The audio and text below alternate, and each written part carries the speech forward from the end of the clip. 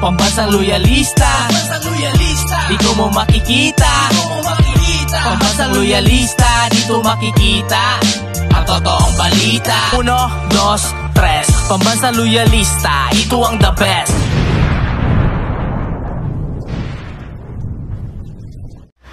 Masayang araw po, mga ka-PL. Sabi ko naman sa inyo may papalag, may magrereklamo. Bakit hindi napasama ang petsang February 25, 2024 sa listahan ng magiging special non-working days? Ito po si Raul Manuel. Nagyaw-yaw na, mga ka-PL. Palusot lamang daw ng Office of the President. Kaya daw hindi sinama. Gusto niya po talaga. Sa susunod na taon, nakalagay talaga February 25, 2024, special non-working days. Yan ang gusto niya. Bobo talaga. Alam ng linggo. Raul, akala ko ba summa cum laude ka? Ayan basahin ko.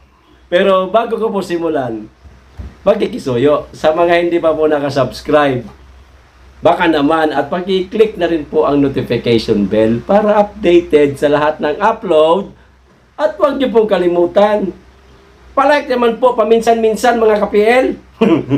Maraming salamat. Okay, magkikisuyo lang. Ito, Manuel, sa paliwanag ng Office of the President sa issue hinggil sa EDSA anniversary, palusot. Palusot lang daw na natapat sa linggo, di ba? Yun ang sabi ng PCO. Hindi na inilagay, hindi na ginawang special non-working days kasi linggo naman. Natapat naman sa linggo. Para tayong mga timang yan. Parang ganon. Yun ang naging paliwanag ko, di ba? Sa nakaraang vlog natin. At tama naman. Linggo na, gagawin mo pang, si Raul, nagdududa ako sa pagiging cum laude mo. Raul, mukhang nabayaran yata yung cum laude na yan. Hindi kaya sa recto ginawa yan. Eto, tinawag ni Kabataan Party List Representative Raul Manuel na palusot ang naging paliwanag ng Office of the President o OP hinggil sa hindi pagsama sa anibersaryo ng EDSA People Power Revolution. Revolution kasi bulok naman po sa listahan ng mga holiday na idineklara ni Pangulong Ferdinand Bongbong Marcos Jr. para sa taong 2024. Raul Manuel, pasensyahan na lang tayo. Gusto mo, ikaw na lang magpresidente. Para hindi na maalis sa listahan o sa kalendaryo ang February 25 dapat permanente na special non-working days. Kaso sa susunod na halalan, pag tumakbo kayo, wala na So hanggang ngayon, mula ngayon, magpakailanman, hanggang yaw-yaw na lang kayo, Raul. Ito pa. Matatandaan nito lamang Biyernes, Oktubre 13, nang inilabas ng Malacanang ang listahan ng mga holiday para sa susunod na taon, kung saan hindi nga nakasama rito ang anibersaryo ng EDSA. Paliwanag ng OP, hindi umano nakasama ang anibersaryo ng EDSA sa listahan ng special non-working days dahil natapat daw ang February 25, 2024 sa araw ng linggo. Maliwanag naman yan, Raul. Natapat naman sa araw ng linggo. Ano pa bang gusto mo? Ito po yung kanyang post sa ex-post niya, mga ka-PL, sa dating Twitter. Ngayon, ex na, di ba? Samantala, iginiit ni Manuel sa kanyang ex-post nito ring Biyernes na natapat din naman daw sa linggo ang anibersaryo ng EDSA noong 2018 pero idineklara pa rin itong special non-working holidays. Raul, kung hindi ako nagkakamali, pwedeng baguhin yan. Kung sino man ang Pangulong nakaupo. Ano ngayon kung binago ni Pangulo? Papalag ka? Raul, hindi naman kayo pinipigilan na pumunta sa shrine kahit hindi yan idineklarang special non-working days, kulay pula pa rin yan kasi nga linggo yan, pambihira, ang bobo mo. Summa cum laude, mag-isip ka, anak, nagpatola ka talaga, oo. Hindi naman kayo pinipigilan Wala ring trabaho ang mga kasamahan mong tanga niyan, sigurado. Makakadalo sila. Anong gusto mo mangyari? Kahit linggo, gawing special non-working days, parang bali ang Pangulo niyan, katulad mo. Palibhasa ikaw. Matagal ka ng bali. Bali pa yung utak mo, bali ka pa. Walang pumipigil sa inyo, Raul.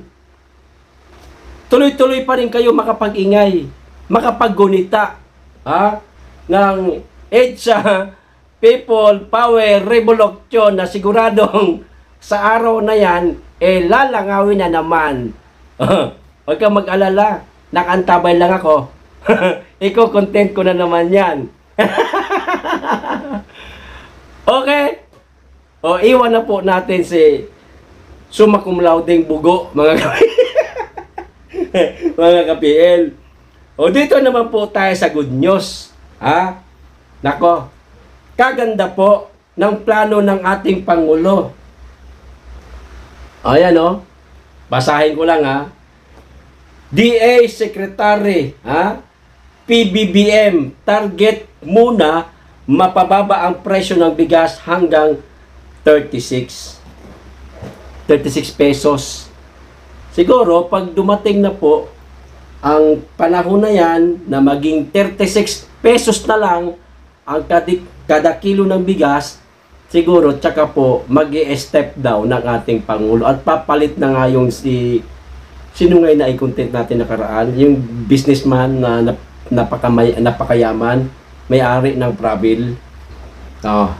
Ito po ang target ng Pangulo.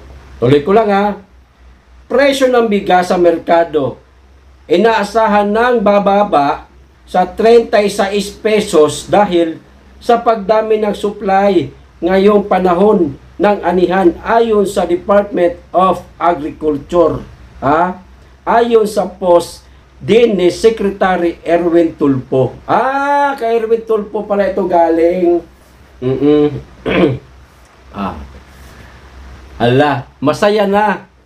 36 na lang ang kilo ng bigas. Mukhang ito na po ang tamang pagkakataon para bitawan na ng ating Pangulo ang pagiging DA Secretary.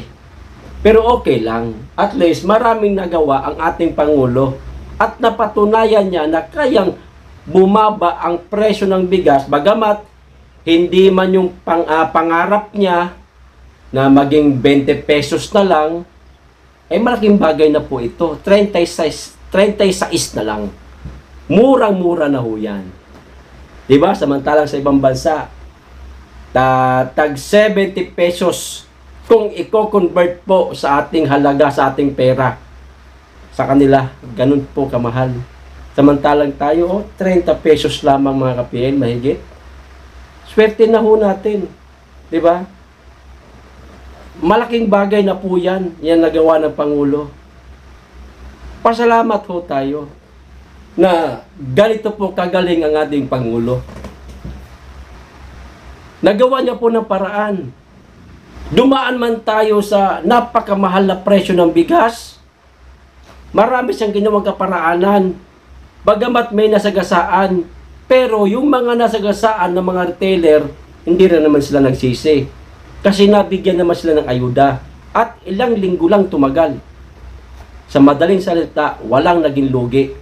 Nahuli yung sangkatirbang mga tinagong bigas, pinamigay sa ating mga kababayan. At eto na. Lahat tayo makikinabang sa magandang nagawa ng Pangulo. Okay? Hanggang dito lang po tayo. Maraming salamat po sa inyo lahat. Mag-iingat kayo lagi. Be blessed.